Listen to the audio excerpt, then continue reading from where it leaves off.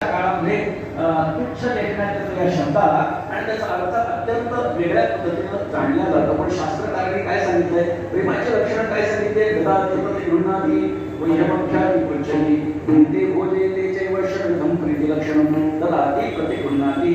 त्याच्यामध्ये प्रेम निर्माण झाल्यानंतर काहीतरी दिल्या जातं, काहीतरी घेतल्या जातं. वह्यमख्याति पृच्छति, आपल्या मनात गुह्य आपल्या प्रेमास्पदाला सांगितल्या जातं, त्याच्या मनात गुह्य जाणून घेतल्या जातं. भूमते भोजे तेचैव, आपण त्याच्याकडे जेवायला जातो आणि त्याला आपल्याकडे जेवायला बोलवतो. षड्विधं प्रीति लक्षणं, ही 6 शास्त्रकारांनी सांगितलेली प्रेमाची लक्षणं आहेत. याच्यातले सुरुवातीचे 2 सोडून द्या, नंतरचे 2 सोडून द्या, जे राहिलेले मधले 2 आहेत. गुह्यमख्याति पृच्छति हा आताचा माझा विषय आहे. म्हणजे आपल्या मनातलं गुह्य संत देवाला सांगतात आणि देवाच्या मनातलं गुह्य ते जाणून घेत असतात. अगदी एकनाथ महाराजांच्या भाषेमध्ये बोलायचं झालं, संतांचा महिमा देव